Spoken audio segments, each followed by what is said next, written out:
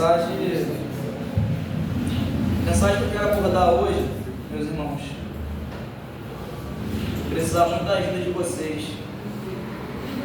Se vocês tiverem alguma dúvida, eu permito a vocês, porque eu estou aqui hoje, mas normalmente eu converso com vocês por aqui por baixo.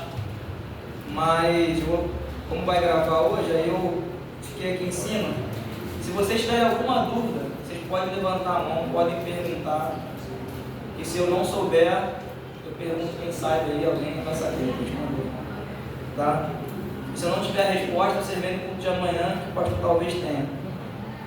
Mas será uma mensagem simples, não muito demorada. E uma introdução da carta de Romanos. Talvez muitos aqui não saibam, mas o livro de Romanos, ele foi escrito pelo apóstolo Paulo, no ano de 57 e 58. Só que ele não foi escrito em Roma, ele foi escrito em Corinto, numa grande perseguição e nos últimos dias de Paulo. Paulo estava passando por uma grande perseguição naquele momento. Só que Roma era uma capital que era muito estratégica. E o evangelho estava muito confuso naquele local. E ele precisava sim levar o evangelho para lá. Então o contexto daquela carta era o seguinte, que ela foi escrita em Corinto, nos últimos anos de Paulo, e durante a sua terceira viagem missionária. E o propósito da carta de Paulo aos Romanos ele desejava resolver as divisões da igreja. Ele desejava promover a unidade entre os cristãos, judeus e gentios em Roma, porque era uma guerra, os dois eram cristãos, mas eles viviam em guerra, porque um era judeu e o outro era gentil. Então Paulo ele traz essa introdução para que nós venhamos a entender o que foi a carta de Romanos. Então Romanos 6, quem está com sua Bíblia aberta pode acompanhar por aí. Eu vou ler pela NVI para que todos consigam ter um entendimento um pouco melhor, porque a atualizada ela tem umas palavras um pouco mais robustas. Então eu vou ler pela NVI, que diz assim: mortos para o pecado, vivos em Cristo. Número 1. Que diremos então? Continuaremos pecando para que a graça aumente? De maneira nenhuma. Nós, os que morremos para o pecado, como podemos continuar vivendo nele? Ou vocês não sabem que todos nós que fomos batizados em Cristo Jesus fomos batizados em sua morte? Portanto, fomos sepultados com ele na morte por meio do batismo, a fim de que, assim como Cristo foi ressuscitado dos mortos mediante a glória do Pai, também nós vivamos uma nova vida, ou uma vida nova. Se dessa forma fomos unidos a ele na semelhança da sua morte, certamente o seremos também na semelhança da sua ressurreição. Pois sabemos que o nosso velho homem foi crucificado com ele, para que o corpo do pecado seja destruído e não mais sejamos escravos do pecado. Pois quem morreu foi justificado do pecado. Ora, se morremos com Cristo, queremos que também com ele viveremos, pois sabemos que, tendo sido ressuscitado dos mortos, Cristo não pode morrer outra vez. A morte não tem mais domínio sobre ele, porque morrendo, ele morreu para o pecado uma vez por todas, mas vivendo, vive para Deus. Da mesma forma, considerem-se mortos para o pecado, mas vivo para Deus em Cristo Jesus. Portanto, não permitam que o pecado continue dominando o corpo mortal de vocês, fazendo que obedeçam aos seus desejos. Não ofereçam os membros do corpo de vocês ao pecado, como instrumento da injustiça, antes ofereçam-se a Deus como quem voltou da morte para a vida, e ofereçam os membros do corpo de vocês a Ele, como instrumentos de justiça, pois o pecado não os dominará, porque vocês não estão debaixo da lei, mas debaixo da graça. E então, vamos pecar porque estamos debaixo da lei, porque não estamos debaixo da lei, mas debaixo da graça? De maneira nenhuma. Não sabemos que quando vocês se oferecem a alguém para lhe obedecer como escravos, tornam-se escravos daquele a quem obedecem, escravos do pecado que leva à morte, ou da obediência que leva à justiça? Mas, graças a Deus, porque embora vocês tenham sido escravos do pecado, passaram a obedecer de coração a forma de ensino que lhes foi transmitida. Vocês foram libertados do pecado e tornaram-se escravos da justiça. Falo isso em termos humanos, por causa das vossas limitações humanas. Assim como vocês oferecem os membros do seu corpo em escravidão à impureza e à maldade, que leva à maldade, ofereçam-nos agora em escravidão à justiça, que leva à santidade. Quando vocês eram escravos do pecado, estavam livres de justiça. Que fruto colheram então das coisas quais agora vocês se envergonham? O fim delas é a morte. Mas agora que vocês foram libertados do pecado e se tornaram escravos de Deus, o fruto que colheram leva à santidade, e o seu fim é a vida eterna, pois o salário do pecado é a morte, mas o dom gratuito de Deus é a vida eterna em Cristo Jesus, nosso Senhor. Amém. Pai santo e amado, mais uma vez, Pai, aqui em Tua presença, te peço que o Senhor possa me ajudar a transmitir um pouco, Pai, dessa mensagem aos meus irmãos, Pai, aos jovens aqui da igreja. Senhor, me ajuda, Pai, com o Teu ensinar, Senhor, com a Tua palavra, que possa, Senhor, o coração deles, prepara, Pai, o coração deles para poder ouvir Tua palavra. Senhor, que eles venham, sair daqui, nem que tenha gravado pelo menos uma mensagem, Pai, que venha do Senhor. Que o Teu nome seja glorificado, Senhor, e que esses jovens aqui presentes possam ser abençoados por Ti. Senhor, muito obrigado, em nome de Jesus. Amém. Eu acho que é um pouco claro, né? Acho que todo mundo consegue entender o que nós lemos, porque Paulo ele faz uma pergunta, eu sei que todos nós aqui entendemos. Nós sabemos que antes de Jesus o povo vivia pela justiça, após Jesus o povo vive pela graça. O povo vive pela graça. Então Paulo ele percebe que existia um racha na igreja, que uns diziam que viviam pela justiça e outros diziam que viviam pela graça. E ele faz uma simples pergunta. Uma simples pergunta para o povo. Vocês então podem viver pecando? Ele faz essa pergunta: vocês podem viver pecando porque vivem pela graça? Paulo ele contextualiza a carta aos Romanos, e essa carta é uma das cartas mais sistemáticas da Bíblia. É uma carta mais sistemática, uma carta que aborda diversos temas, e uma das cartas também mais teológicas. Mas não é disso que eu vou falar, não vou falar essas coisas.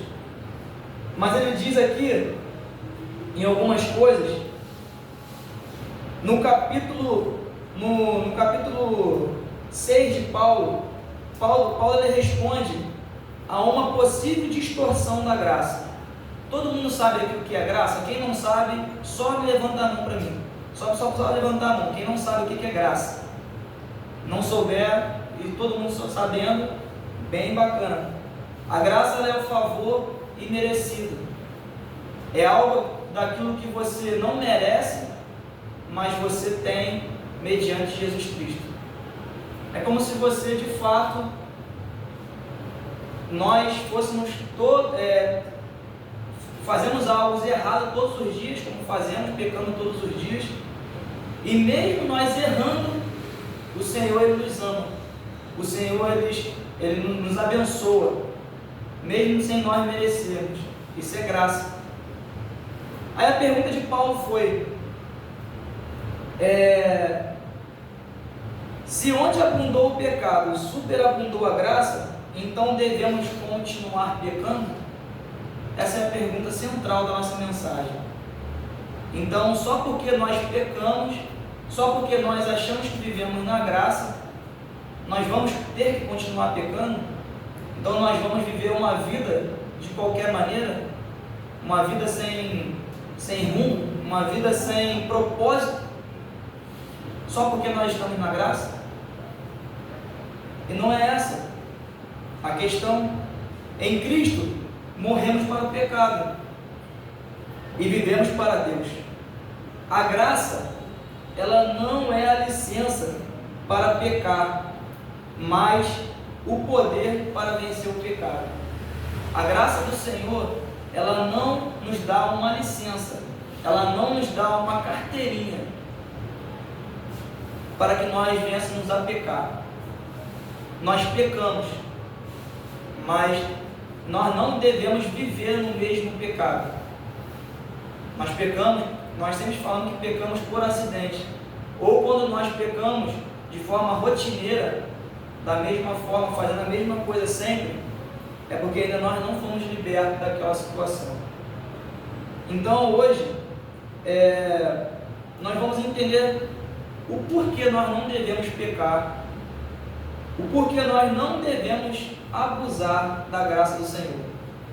Porque o povo, na época da justiça do Senhor, eles pecavam, na época da lei, eles pecavam. O Senhor ia, Deus pegava, levantava um homem, levantava um profeta, ou levantava qualquer outra pessoa, um rei, para poder falar com o povo que o povo estava andando no caminho distorcido, no caminho errado. Só que algumas das vezes, ou quase sempre, o povo não escutava a voz daqueles homens. O povo não escutava a voz dos profetas. Às vezes os profetas eram levantados para falar com os reis, e eles sabiam que eles poderiam morrer se eles fossem lá falar com eles que eles estavam fazendo e governando num caminho errado, e mesmo assim o povo não escutava. E se vocês perceberem ao longo da história da Bíblia, ao longo do tempo, vocês percebem que muitas gerações foram perdidas por falta de obediência ao Senhor. E a minha pergunta para vocês hoje é: vocês acham que a nossa geração vai se livrar dessa? Vocês acham que eu e você, por não obedecer a palavra de Deus, nós vamos nos livrar dessa? Porque nós vivemos na graça do Senhor? Eu acho que não. O Senhor, Ele levantou grandes profetas, e eles chegavam aos reis e falavam que o caminho que eles levavam era o caminho mau aos olhos do Senhor, e os reis não obedeciam. E o Senhor vinha e limpava todas as pessoas. Uma cidade chamada, agora me falha a memória, mas uma cidade que foi destruída totalmente, porque era um povo, não vou lembrar, até que eu vou lembrar, o povo, eles eram não muito diferentes dos nossos dias. Sodoma e Gomorra, estava na mente, mas não estava lembrando. Sodoma e Gomorra era uma cidade onde havia prostituição, havia dissensão, havia até mesmo algumas pessoas que eram retas, mas não havia temor, de uma forma geral, não havia temor ao Senhor. E com isso, o Senhor julgou Sodoma e Gomorra. E eu, uma vez, há um tempo, eu lembrei de uma frase que eu ouvi numa ministração, que o pregador falava da seguinte maneira: será que o Senhor não vai julgar a nossa geração? Será que o Senhor não vai julgar a nossa geração hoje? Porque se Ele não julgar, se você não acredita que Ele vai julgar, então Ele precisa pedir perdão a Sodoma e Gomorra, porque Ele julgou aquela nação. Então é certo que o Senhor vai julgar ainda mais a nossa nação. Por quê? Não só naquela época, Ele ainda não tinha entregado o seu filho, o seu único filho. Ainda mais agora, quando passam os anos e Ele entrega Jesus na mão dos pecadores para se fazer pecado por nós, para levar o meu e o seu pecado na cruz do Calvário, sendo um homem justo, honesto, puro, e Ele se fez injusto, Ele se fez impuro, Ele se fez pecador e Ele se fez pecado por nós. E nós achamos que o Senhor não vai julgar esta nação. Ele vai julgar. E uma frase que Martinho Lutero deixou na época, ele falava assim: a fé verdadeira não pode estar ociosa, assim como o calor e a luz não podem ser separados do fogo, também as boas obras não podem ser separadas da fé. Martinho Lutero, ele traz essa essência, e é onde a gente vai iniciar o nosso estudo, o nosso sermão hoje. E eu coloquei aqui num primeiro ponto que diz: a graça não é licença para pecar. A graça não é licença para pecar. Olha o que diz o versículo 1: que diremos, pois? Permaneceremos no pecado para que a graça abunde? De modo nenhum. Nós que estamos mortos para o pecado, como viveremos ainda nele? Como viveremos ainda nele? Costumo dizer, a palavra nos fala que quando nós não conhecíamos ao Senhor, nós estávamos mortos em nossos pecados e delitos. A gente, como um morto, pode escolher alguma coisa. O morto não tem direito a nada. O morto, ele está morto.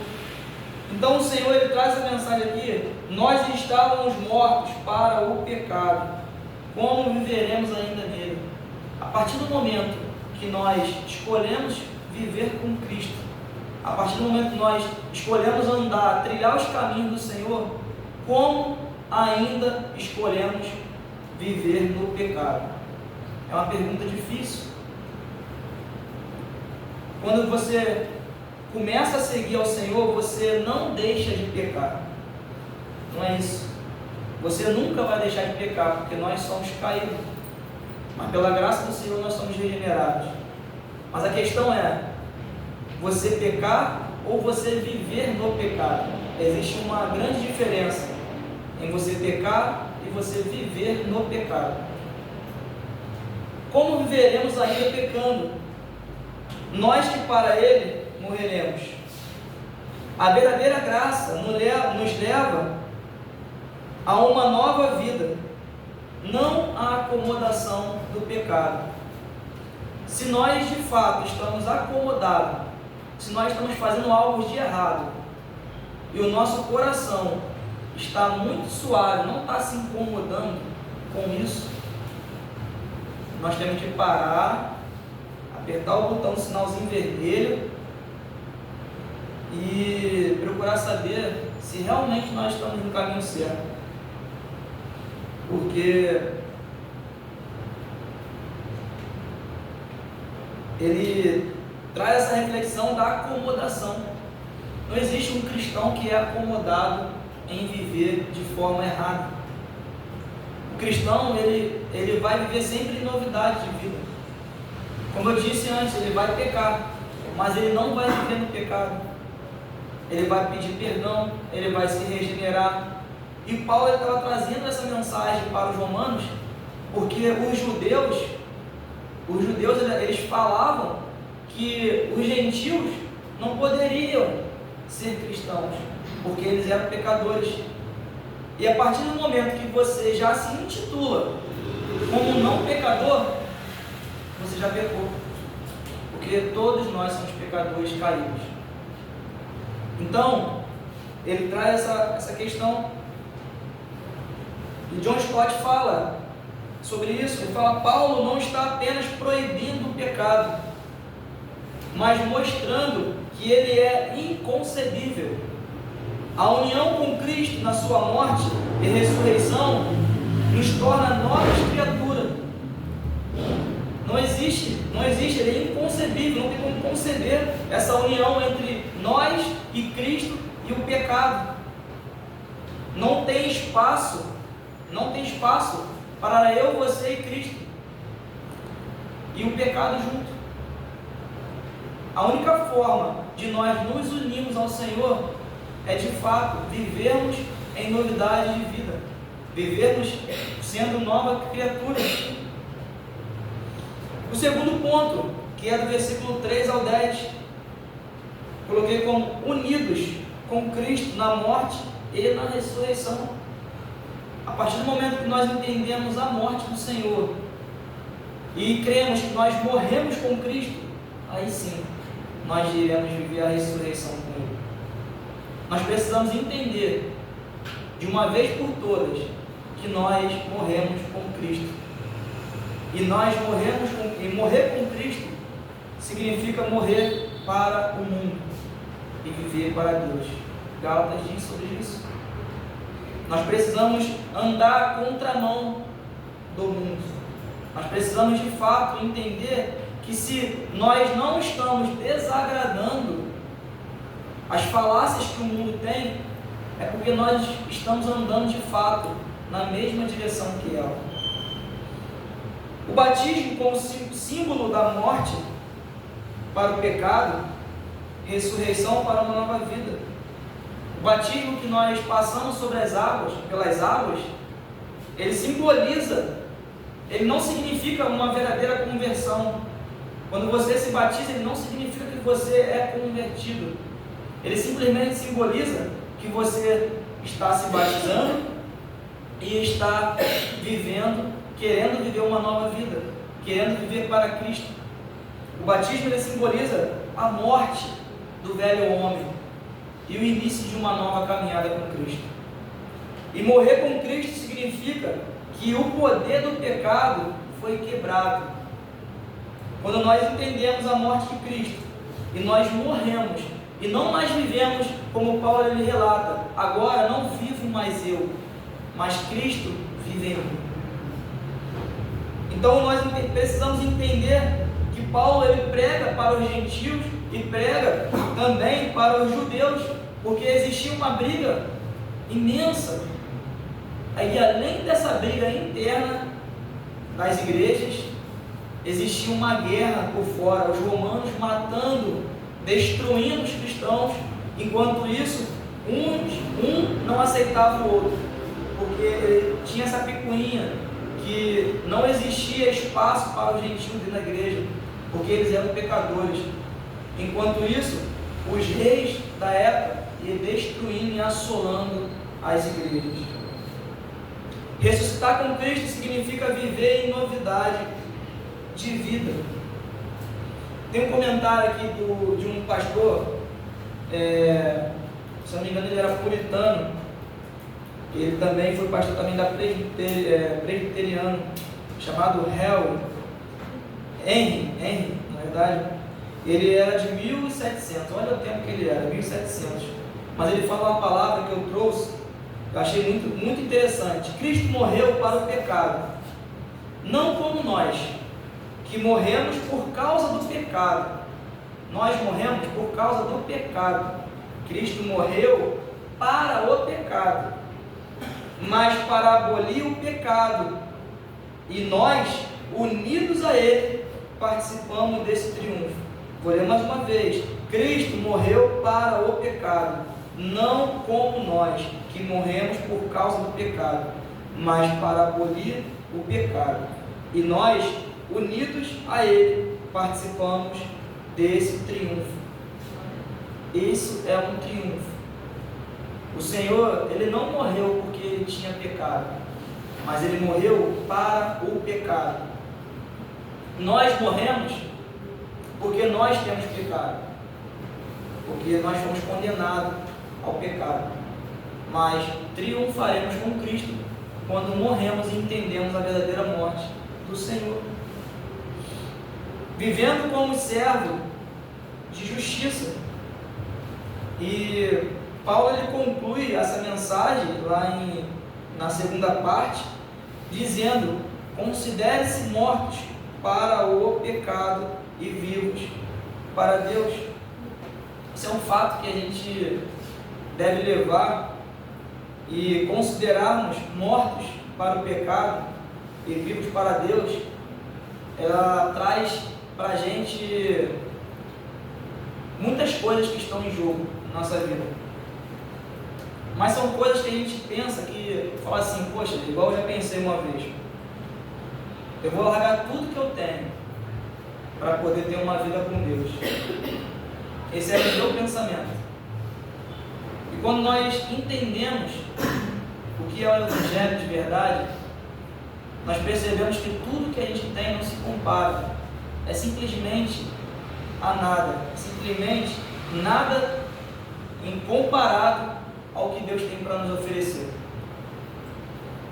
E talvez vocês, como mais jovens, né, vocês hoje vivem certamente vocês vivem por diversas situações nos colégios, na rua, com os amigos, na qual a grande maioria dos amigos não são cristãos.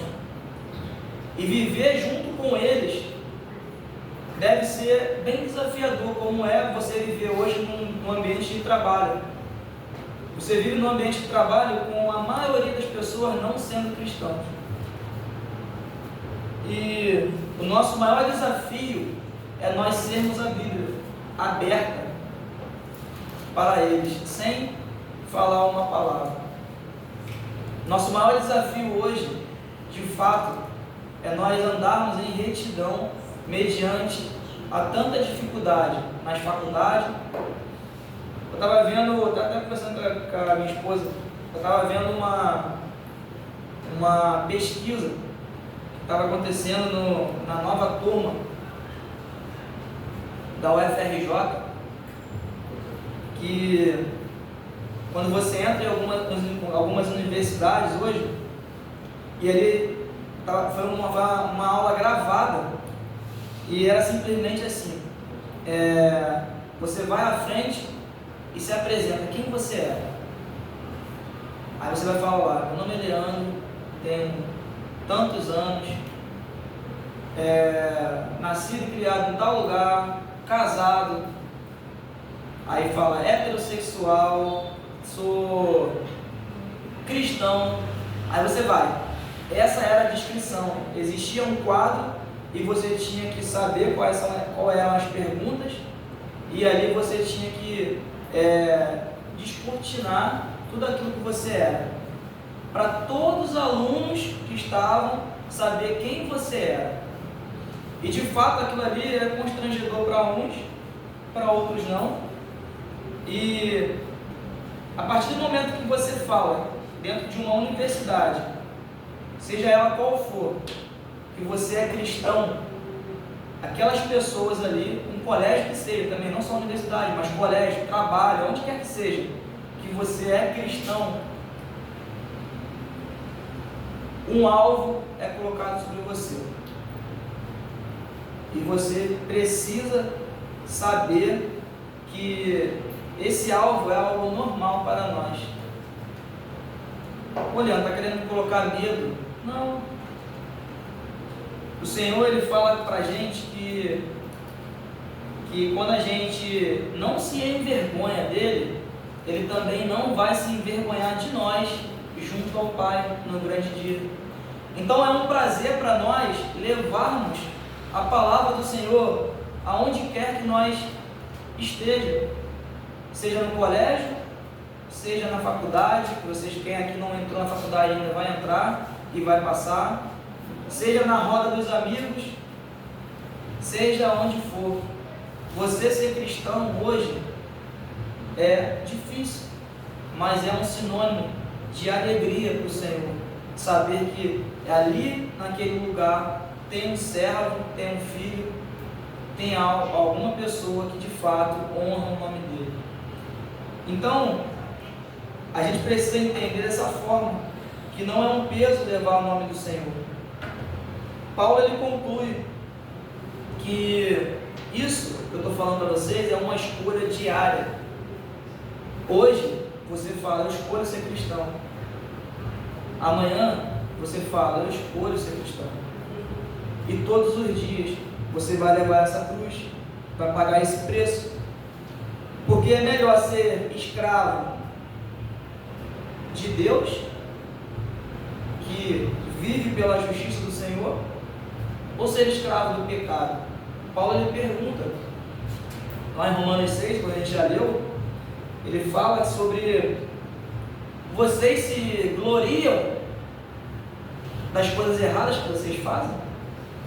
Quem é que se orgulha das coisas erradas que fazem? Eu creio que ninguém. Eu não fico orgulhoso das coisas erradas que eu já fiz, ou das coisas erradas que eu posso vir a fazer. Então é uma escolha diária, ser escravo do pecado ou servo da justiça. O salário do pecado é a morte, mas o dom gratuito de Deus é a vida eterna. Todos nós sabemos que o pecado ele leva à morte.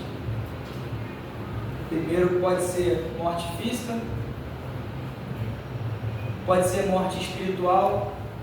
Pessoas que estão aí na igreja, vivendo, né, na igreja há anos, mas permite que vivam uma vida pecaminosa dentro da igreja e elas continuam ouvindo para a igreja, continuam ouvindo, porém elas já estão mortas.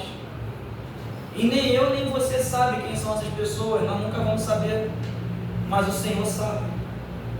Talvez seja uma palavra dura para nós. Para mim foi uma palavra dura ler essa mensagem de Romanos 6. Porque todos os dias eu preciso escolher, quando eu estou diante de uma situação, eu preciso escolher. Ou eu vou viver para o pecado, ou eu vou viver para Cristo. É uma escolha diária.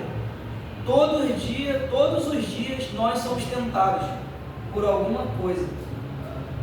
Cada um com a sua dificuldade. Mas eu e você somos tentados todos os dias com alguma coisa. E vai vir a pergunta na sua cabeça a partir de hoje: ou eu vou viver para o pecado, ou eu vou viver para Cristo? Essa pergunta não vai sair da sua cabeça a partir de hoje. Ou eu vou viver para o pecado, ou eu vou viver para Cristo. Só que no fim, no último versículo diz, no versículo 23, porque o salário, o que é o salário? É o pagamento. O salário do pecado é a morte. Aí na segunda parte ele diz, mas o dom gratuito de Deus é a vida eterna, porque Cristo Jesus, nosso Senhor.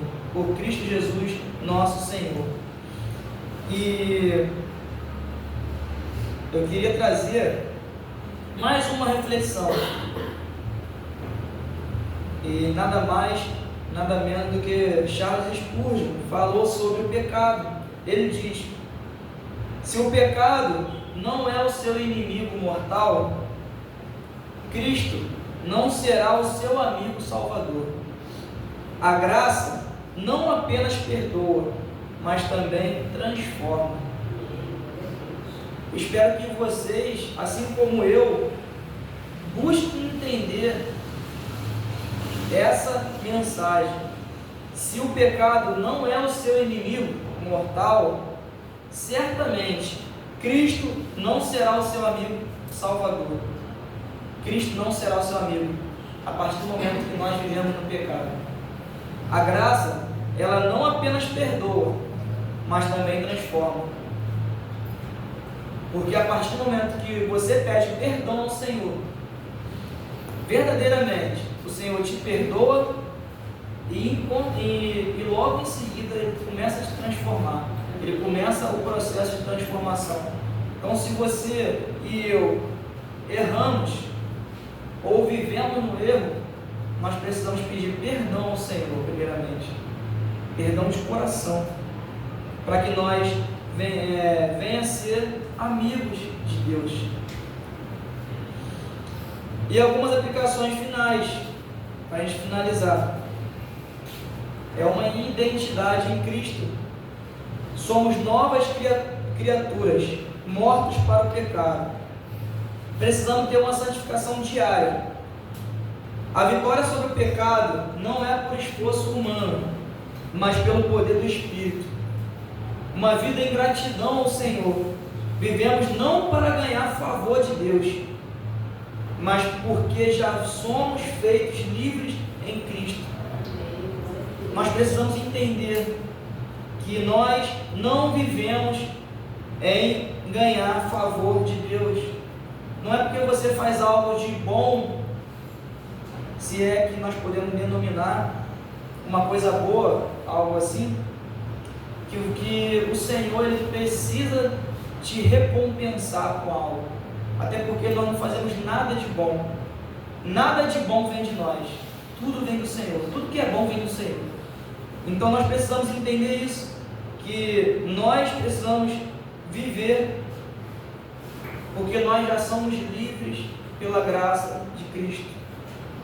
E por último, concluindo, Romanos 6, ele reforça que ele é um chamado para viver a realidade da cruz e da ressurreição em Cristo Jesus. Então, irmãos, Paulo ele prega para essa igreja. Paulo ele traz essa carta antes mesmo de chegar até aquela cidade. A carta chega primeiro do que ele naquela cidade, porque o povo ele estava dividido. E enquanto isso mas os cristãos daquela época estavam sendo mortos por causa da grande divisão e por causa da ruindade do pecado. Então ele fala: vocês e eu não permaneceremos no pecado. Ele fala: que diremos, pois? Permaneceremos no pecado para que a graça abunde? Não entre com esse pensamento. Não pense dessa forma. Porque existe a graça do Senhor, nós vamos viver da maneira que nós queremos. Quando chegar no grande dia, eu peço perdão ao Senhor e o Senhor vai me perdoar, eu vou viver bem. Não. Até porque, quem sabe aqui, qual será o seu último dia? A gente pode sair aqui agora, cair e morrer. Então, assim, você e eu não sabemos qual será o nosso último dia. Porque eu também já tive esse pensamento em viver uma forma dissoluta, de viver de qualquer maneira, e chegar e falar assim: não, quando eu ficar mais velho, eu vou pedir perdão a Deus e vou para a igreja. Esse é o pensamento de quase todo mundo. Se você perguntar a uma pessoa idosa, normalmente, que viveu uma vida toda no mundo, toda uma vida qualquer no mundo, algumas pessoas vão falar para você: não, meu pensamento era, quem dera se eu tivesse aproveitado a minha vida com Deus na juventude. Sabe quem fala muito isso? É Salomão. Quem dera, sabe por quê? A gente perde muitas e muitas oportunidades de vida, de experiência com Deus, quando nós deixamos para viver a nossa vida com Cristo, quando nós estamos mais velhos. Só que muitas pessoas têm esse pensamento e muitas nem conseguem chegar lá, porque às vezes no meio do caminho o diabo se aproveita e ceifa nossas vidas. Então, irmãos, o tempo é hoje, o momento é agora, o dia estão maus, o dia que nós estamos vivendo está cada vez pior, e essa mensagem é para mim e para você, que nós não venhamos nos aproveitar da graça de Deus, mas viver nela. A melhor maneira de nós nos aproveitarmos da graça de Deus é vivermos nela. Então que você e eu possamos viver sobre a graça do Senhor, não vivermos de qualquer maneira, não vivermos só porque temos a graça do Senhor, nós vamos fazer o que nós queremos. Amém? Espero que todos todos tenham entendido o propósito e que nós possamos de fato viver junto com Cristo, vivermos junto com a morte de Cristo, morremos junto com Ele, para que nós possamos ressuscitar com Ele. Amém? Graças te damos, ó Pai, mais uma vez. Senhor, quão difícil é a Tua palavra, Pai. Nós sabemos que às vezes, Pai, como Pedro fala, dura, Pai, são as Tuas palavras. Quem pode suportá-las, Senhor? Mas nós sabemos que a Tua palavra, Senhor, apesar de ser reta e direta, Senhor, nós sabemos que ela é fonte de vida, Pai. E tudo aquilo que o Senhor pede, Pai, nós sabemos que são coisas que vão nos beneficiar de alguma forma. Nós sabemos que a Tua graça, Pai, que o Senhor derramou sobre nós, foi por amor de muitos, ó Pai.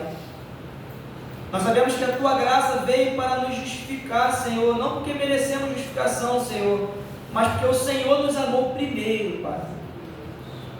Nós merecíamos o inferno, nós merecíamos a morte, ó Pai, mas o Senhor nos amou. Então, Pai, me ajuda, Senhor, também a vencer, Pai, o pecado. Ajuda o meu irmão, Pai, que está sentado, Senhor, neste banco, a vencer o pecado, Pai. Ajude esses jovens a entender, Pai, que é muito melhor e prazeroso, Pai, viver com o Senhor do que no mundo, ó Pai. É melhor ser escravo do Senhor, de Cristo, meu Pai, do que ser escravo do pecado. Porque o pecado, a Tua palavra diz que nos leva à morte. O salário do pecado é a morte, mas nós sabemos que o dom gratuito, Senhor, o dom que só o Senhor pode dar, vem de Deus. O dom de Deus é a vida eterna. Então, Pai, ajude-nos a entender, Pai, a Sua maravilhosa cruz, Pai. Ajude-nos, Senhor, a entender a Sua maravilhosa graça, Pai, sobre esse povo. Que esse jovem, Pai, venha continuar firme na Tua presença, Senhor. Que esse jovem venha continuar entendendo, Pai, que o caminho verdadeiro é encontrado somente em Ti, Pai. Então ajuda, Senhor. Dá-nos, Pai, da Tua graça e misericórdia. Senhor, ajude-nos a viver junto a Ti, Pai. Muito obrigado por tudo, Pai. Obrigado por esta noite. Em nome de Jesus. Amém. Amém, meus irmãos. A gente vai